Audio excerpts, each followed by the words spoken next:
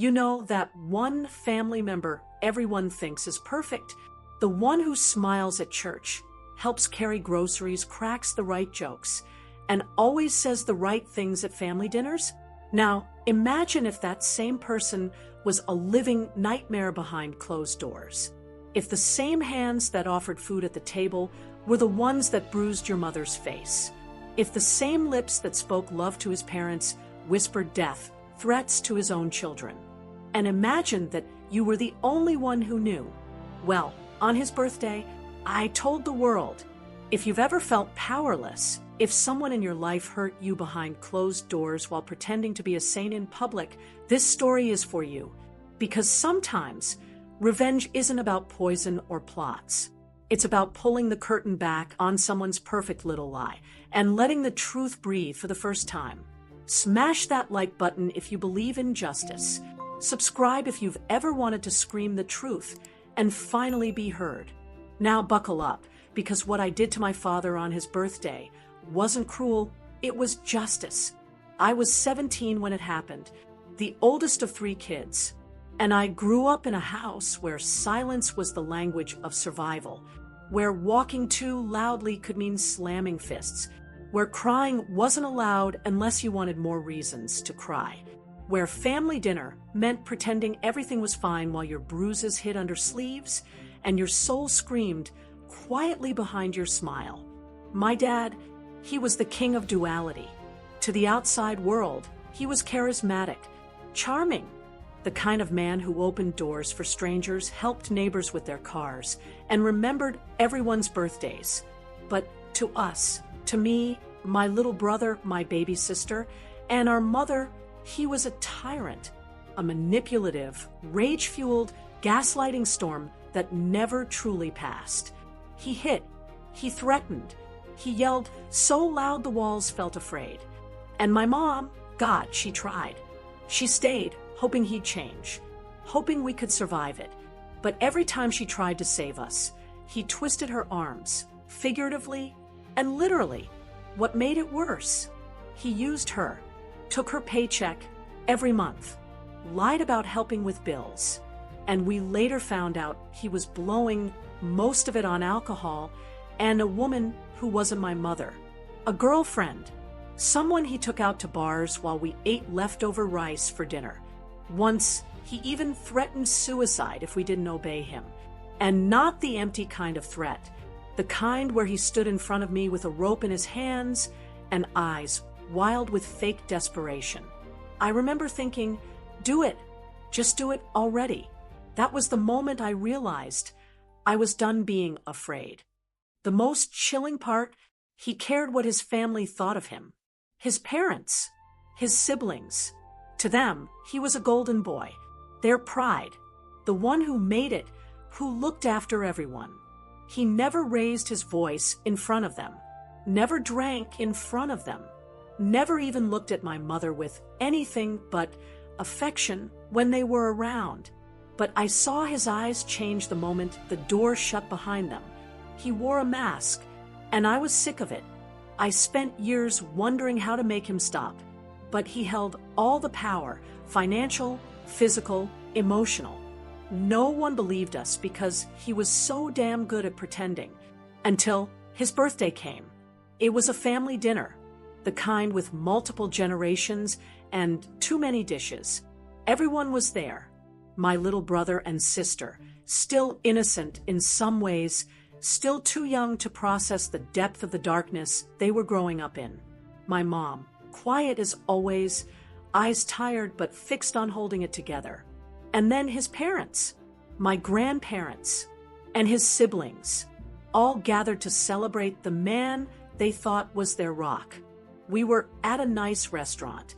He loved being the center of attention. Toasts were made. Laughter filled the air. But in my head, there was only one voice whispering, "This is the moment." He got up to go to the bathroom. And I decided no more pretending. I didn't stand up and scream. I didn't cry. I didn't rage. No, I did something better. I stayed calm, casual, like I was telling a funny memory. "So, does Grandpa know about the time Dad smashed the kitchen door because Mom asked about the grocery money? I asked, half laughing. Forks paused. My uncle tilted his head. What? I kept going. Oh, or the time he told us he'd kill himself unless we did what he said. I think that was the week after he drained Mom's bank account for that hotel trip with his girlfriend. Dead silence. I took a bite of my food and smiled. I wasn't yelling. I wasn't asking for help.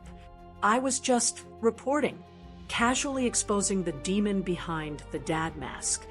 One by one, I dropped truth bombs in the middle of the dinner table like sprinkles on a cake.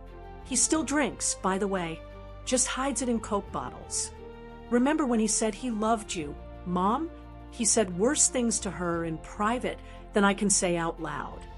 He hit me once so hard I saw stars, but he apologized with flowers from the gas station.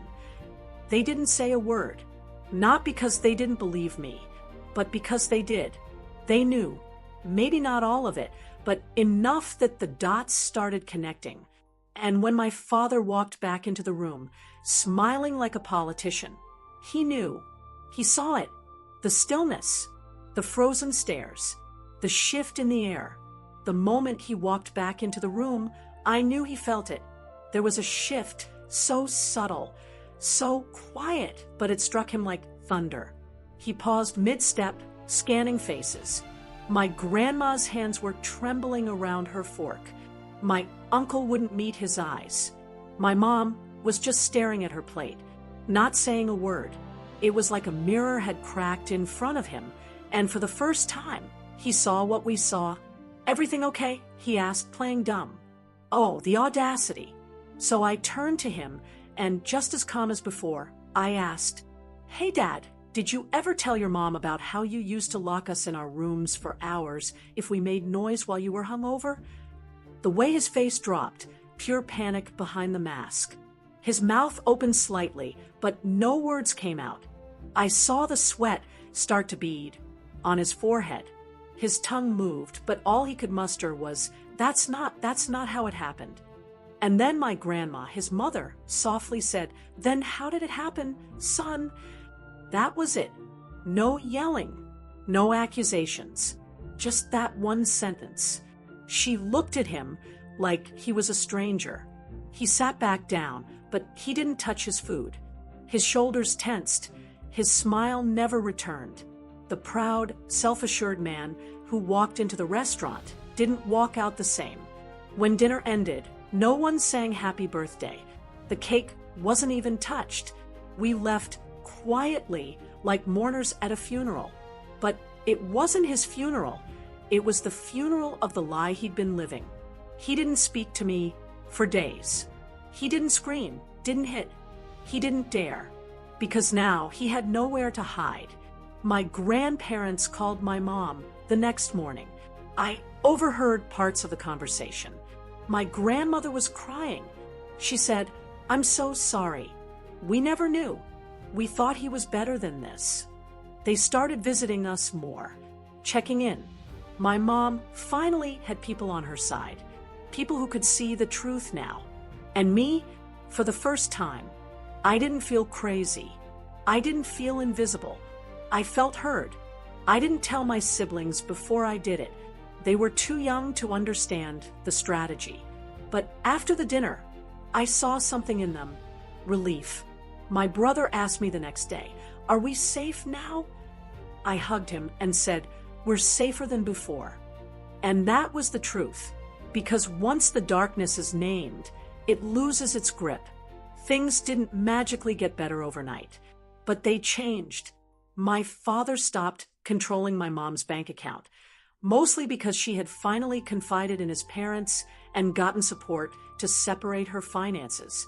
She started working again, independently. My grandparents offered help, not money, but presence, protection, a sense of backing. He became quieter, less explosive. I think part of him hoped things would go back to normal, but there was no normal left to go back to. The curtain was gone. The audience had seen behind it, and the show was over. People think revenge is loud. It's not. Sometimes revenge is a whisper at the perfect moment, a truth told with a steady voice when a lie is at its strongest. That dinner wasn't just about my dad. It was about my freedom. My voice had been taken from me for years. I was taught to shrink, to obey, to smile when I wanted to scream. But on his birthday, I didn't scream. I simply told the truth, and it wrecked him more than any shout ever could. Because when you've built your life on lies, truth is the loudest sound in the world. Looking back, I don't feel guilty. He doesn't get to celebrate his life while destroying ours. I didn't ruin his birthday. He did. I just handed out the candles and let him blow out his own illusions. And in doing so, I found my peace. My family didn't break apart that day. It started to heal. And sometimes healing begins with one brave sentence at the right table on the wrong night that turns out to be the right one after all. If this story moved you, if it reminded you of a truth you were too afraid to speak, I want you to know your voice matters. Even if it shakes, even if it comes too late, even if it comes quietly, because sometimes the quietest truths are the ones that finally set us free. So if this hit home, smash that like button, drop a comment with your story, or tell me what would you have done if you were in my shoes. And of course, subscribe for more real stories about justice, resilience, and rising from the shadows.